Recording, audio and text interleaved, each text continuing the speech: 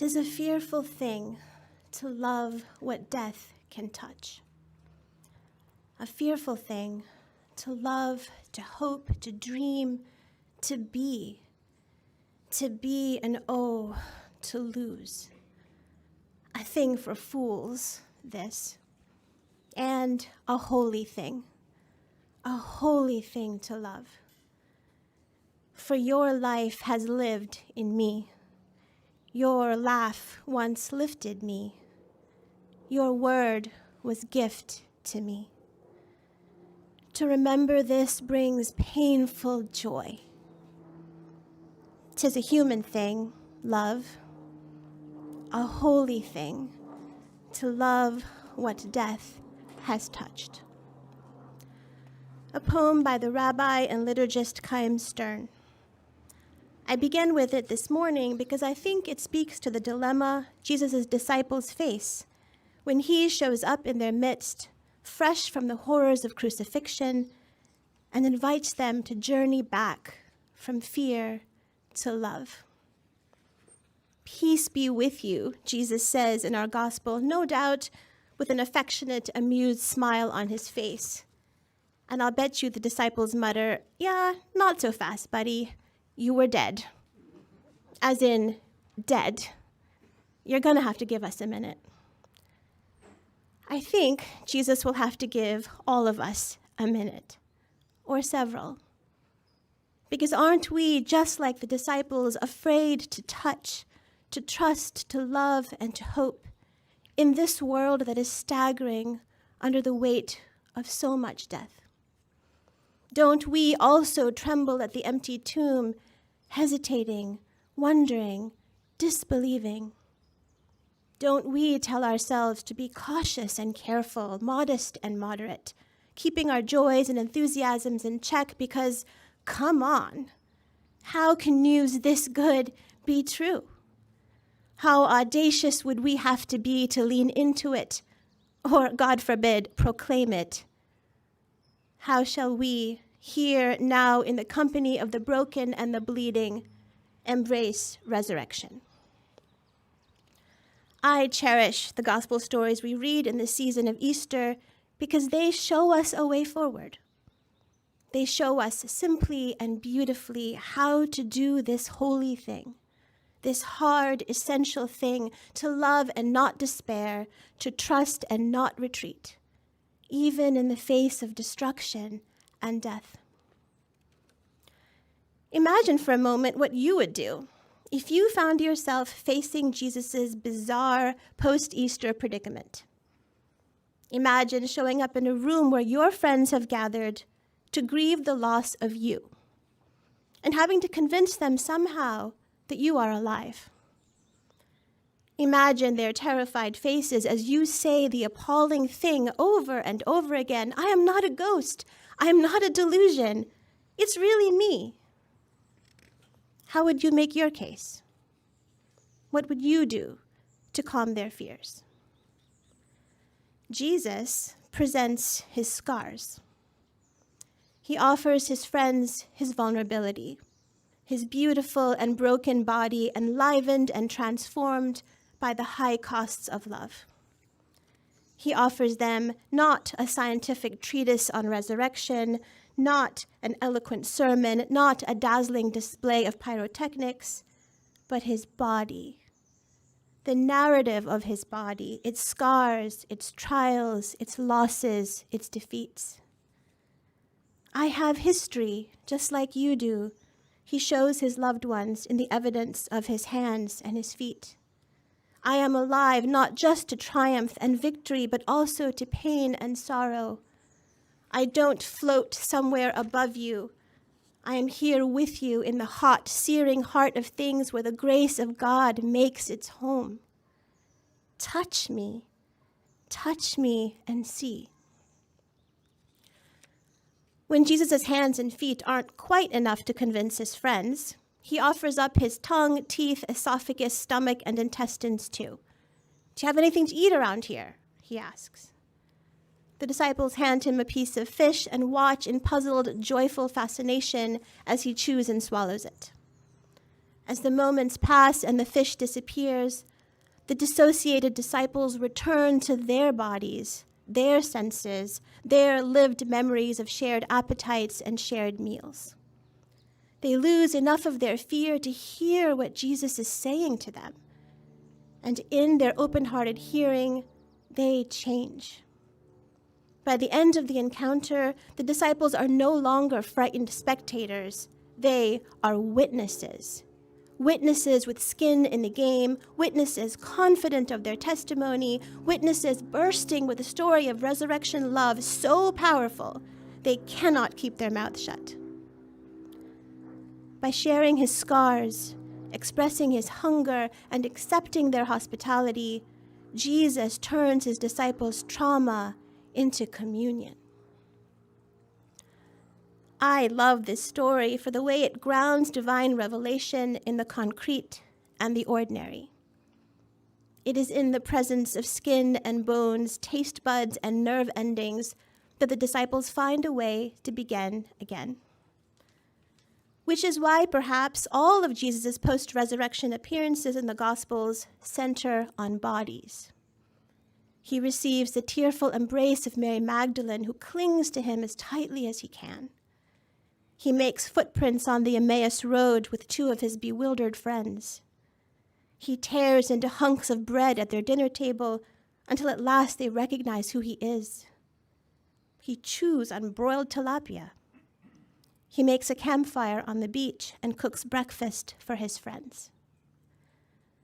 I know that we're in the season of Easter and that we usually talk about incarnation during Advent, but for me, the Jesus of Easter is the Jesus of the Incarnation. The Jesus who develops in a womb, slides through a birth canal, sleeps in a feeding trough, and nurses at a peasant woman's breast.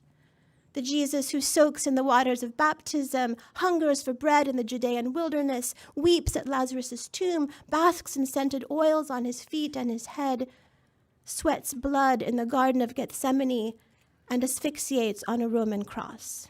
This is the same Jesus, human, embodied, incarnate, who shows up in today's gospel and says, "Touch me and see."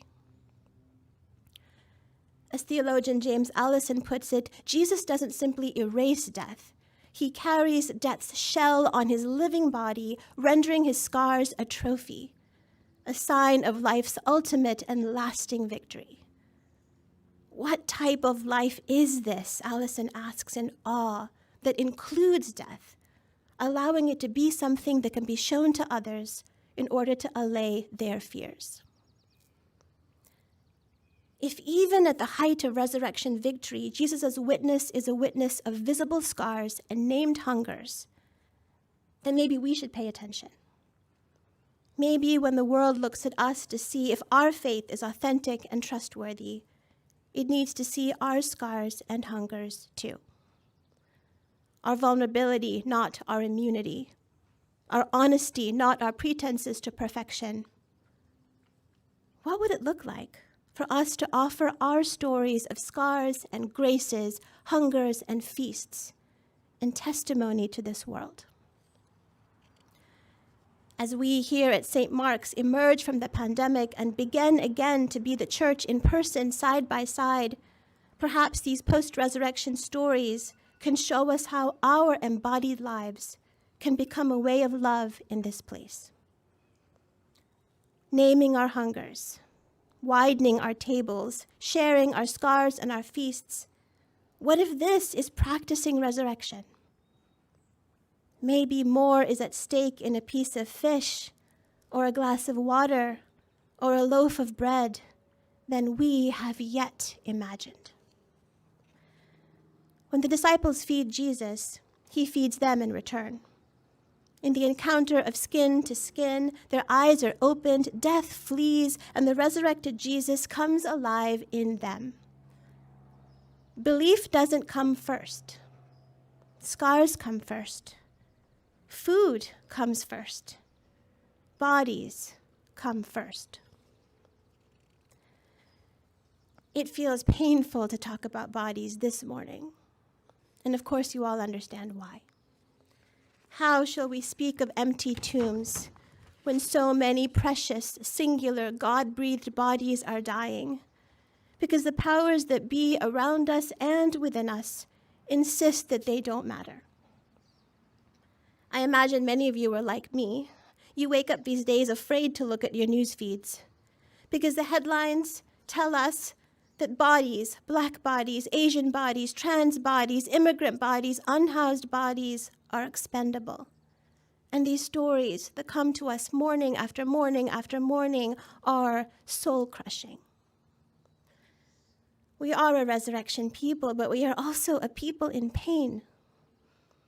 If we begin to count all the ways in which the story of the crucifixion, a story of state-sanctioned violence, mass apathy, loveless legalism, clerical corruption, and collective spiritual anemia reverberates right now across our American landscape, we might collectively fall to our knees.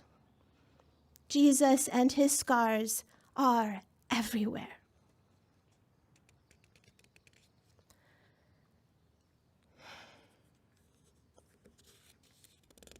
I know that in some circles, it's unfashionable to need the empty tomb and the risen Christ. I know that the resurrection is sometimes dismissed as a crutch, an opiate, a naive refusal to dwell squarely in the here and the now. But here's the thing. We don't cling to the resurrection in order to escape the here and now. We cling to the resurrection so that we can embody new life in the here and now, so that we can pour out our lives for the vulnerable, the threatened, the hopeless, and the dying. Of course, it's so much easier to ideate, to abstract, to wax eloquent on the poetic beauty of the resurrection as metaphor. And all of that has its place. But here is Jesus, holding out to us his hands and his feet, his scars and his hungers, and saying, "Be my body.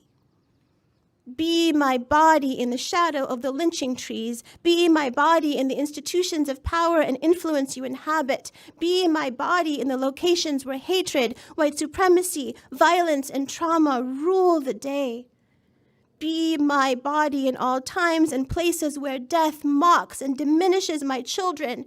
And with the power of the resurrection within you and around you, stand up and say, enough. Enough." The resurrection is not a platitude or a line in a creed. The resurrection is fire in our bones, steel in our blood, impetus for our feet, a song of lamentation, protest, and ferocious hope for our souls. The resurrection is God's clarion call to the church, God's insistence that we speak, stand, and work for life in a world desperate for fewer crosses, fewer graves, fewer landscapes littered with the desolate and the dead. In the resurrection, as God declares that death will not have the last word, we stand at the empty tomb and declare with God that all must be enlivened, vindicated, healed, and raised by the death-defying love and the holy restorative justice of a God who formed us from dust and called that dust good. You are witnesses of these things, Jesus says at the end of our gospel. You are witnesses to an ancient and ever-living story of embodiment, a story of hands and feet, scars and hungers, skin and bone, death and new life. Witnesses bear a responsibility. Witnesses must speak. It is a fearful thing to love what death has touched. But we can do it. We must do it. We must do it because the love of God that conquered a grave 2,000 years ago conquers graves still. And that same scarred, vulnerable, triumphant, and earth-shattering love is ours to cherish and ours to give away. So why are we frightened? Why do we doubt? It is Jesus himself who is among us. Touch him and see. Amen. Amen. Amen.